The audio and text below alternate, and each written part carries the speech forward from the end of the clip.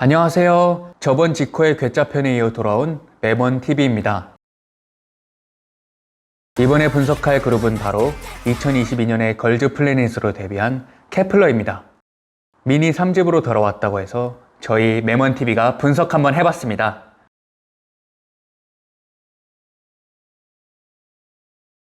(2022년 10월 13일) 케플러가 미니 3집으로 컴백했습니다.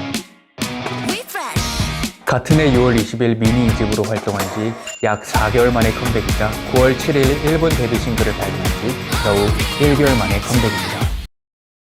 트러블 슈터는 데이드림, 미드나잇, 마지막으로 K까지 총 3개의 컨셉으로 이루어져 있습니다. 트러블 슈터, 즉 해결사에 걸맞게 케플러 멤버 9명 각자가 모두 히어로로 변한다는 것이 앨범의 전반적인 컨셉이며, 이를 가장 잘 나타내는 자켓 컨셉은 K인데요. 해결사와 히어로라는 컨셉에 맞게 자켓 컨셉은 원색 계열로 이루어져 있어 굉장히 강렬한 인상을 주고 있습니다. 눈에 띄는 액세서리를 착용함으로써 화려함이 배가 됩니다. 다음으로 미드나잇 버전은 모든 의상이 무채색으로, 이는 히어로들의 카리스마를 효과적으로 보여줄 수 있는 의상입니다. 컨셉 포토의 배경이 스튜디오의 단색 배경이 아닌 도시적 배경을 사용한 것은 히어로들의 활동에 생동성을 부여함과 동시에 밤의 도시가 가지는 차가움을 녹여내기 위해서라고 볼 수 있습니다. 마지막으로 데이드림은 히어로라는 메인 컨셉과는 정반대로 마치 동화 속에 들어와 있는 듯 몽환적이고 따뜻한 분위기를 연출하고 있습니다.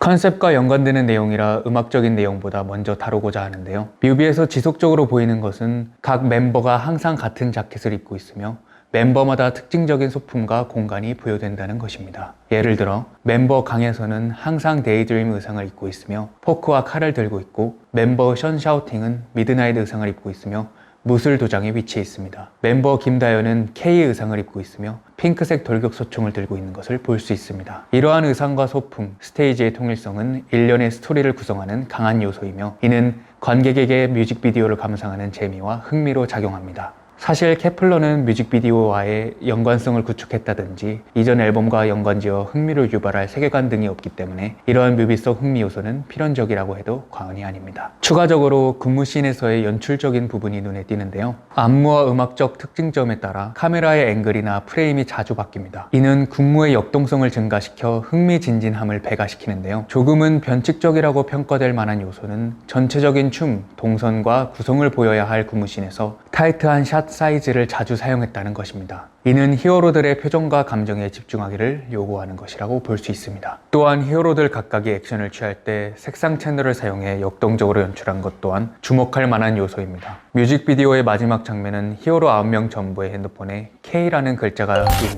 특정 로고를 비추며 끝이 나는데, 이는 케플러 멤버 9명이 모두 같은 팀이라는 것을 의미할 수 있습니다. 타이틀곡 We Fresh는 하우스 리듬을 기반으로 일렉 기타의 락 사운드를 리드 사운드로 하여 진행되는 댄스곡입니다. 트러블을 유쾌하게 해결해 나가는 9명의 걸스 히어로라는 컨셉에 맞게 해결해 나가는 과정에 긴박감과 긴장감을 선사할 하우스 리듬과 그 와중에 있을 유쾌함을 일렉 기타의 락 사운드로 표현했습니다. 프리코러스로 시작하며 하우스 리듬을 포함하여 대부분의 드럼 요소를 잠시 덜어내고 곡의 분위기를 잠시 환기한 뒤 하우스 리듬의 복귀와 리드 사운드의 점진적 음고 상승으로 효과적인 분위기의 고조를 이뤄냅니다. 이후 다시금 완전히 사운드를 비우고 로 텐션감을 주며 가사 그대로 후렴에서 휘몰아칠 준비를 마치며 작곡가의 섬세한 전개가 돋보이는 파트라고 할 수 있습니다. 곡의 후렴을 A 파트와 B 파트로 나누어 볼 수 있는데, 이 둘은 8마디씩을 길이로 가지며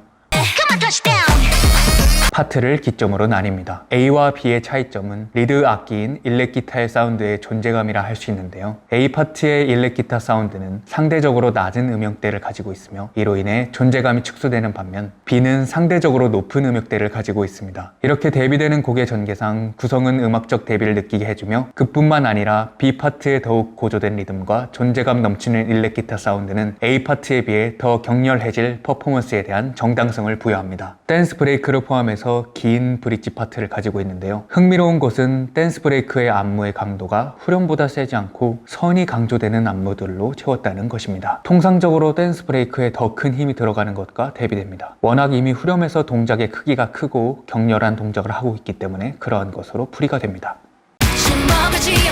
거침없이 넌 내일을 향해 지켜줘. 이 두 가사는 Refresh에서 계속해서 등장하는 부분인데요. 꿈을 향해 달려간다는 메시지를 담은 와다다보다도 훨씬 능동적이고 거침없는 표현을 사용하고 있습니다. 히어로 컨셉과 음악적인 요소들로 고려했을 때 Refresh에 적합한 가사 표현이라고 할 수 있으며 리스너로 하여금 히어로라는 컨셉에 동일시되도록 유도합니다. 첫 번째 수록곡 라이언 테이머는 경쾌하고 속도감 있게 펼쳐지는 기승전결의 완성미와 발랄한 에너지가 돋보이는 댄스팝입니다. 인트로와 곡 전반적으로 사용되는 리드 사운드는 휘파람 소리인데 사자조련사라는 컨셉적인 분위기를 부조시킵니다.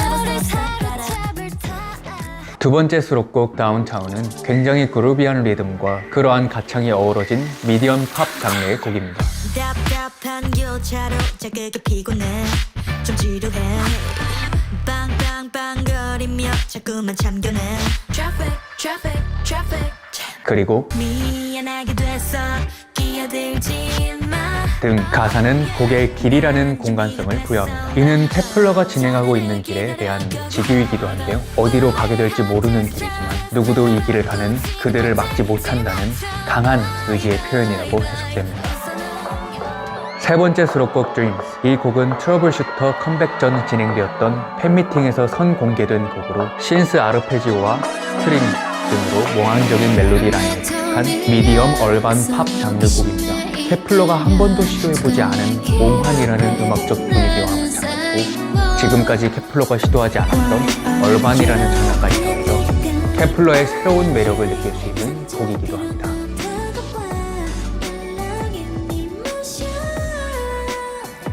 The girls.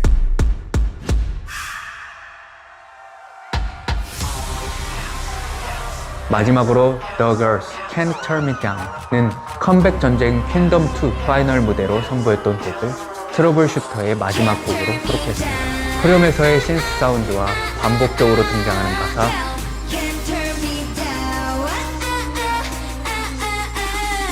가사에 걸맞게 거절할 수 없을 케플러의 강렬함을 잘 표현한 곡입니다. 제목에서 드러나는 곡의 전반적인 메시지인 자기 자신에 대한 믿음을 드러내는 표현이자 이제 신인이 아닌 4세대 걸그룹 케플러로서의 포부이기도 합니다.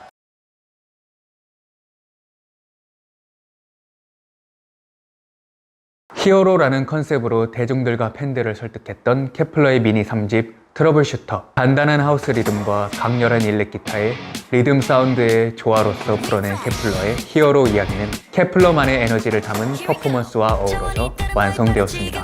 이러한 프로덕션은 케플러의 가장 큰 장점인 퍼포먼스를 극대화하기에 좋은 전략적인 구성이었습니다. 다만 트러블 슈터의 전체적인 활동 성적이 케플러의 모든 활동을 통틀어 처음으로 이전 앨범 대비 모두 감소했다는 것은 절대적으로 주목해야 할 점입니다. 서바이벌 프로그램 출신이라는 아이덴티티와 애초부터 길지 않았던 활동 기간을 고려하면 절대로 이러한 감소의 경향이 나타나면 안 된다고 생각하는데요. 앞으로 활동이 고작 1년 남짓 남은 케플러 4세대 걸그룹으로서의 일정 지위와 지금까지 쌓아온 팬덤의 만족감을 안주하거나 안일해짐을 경계해야 할 케플러입니다.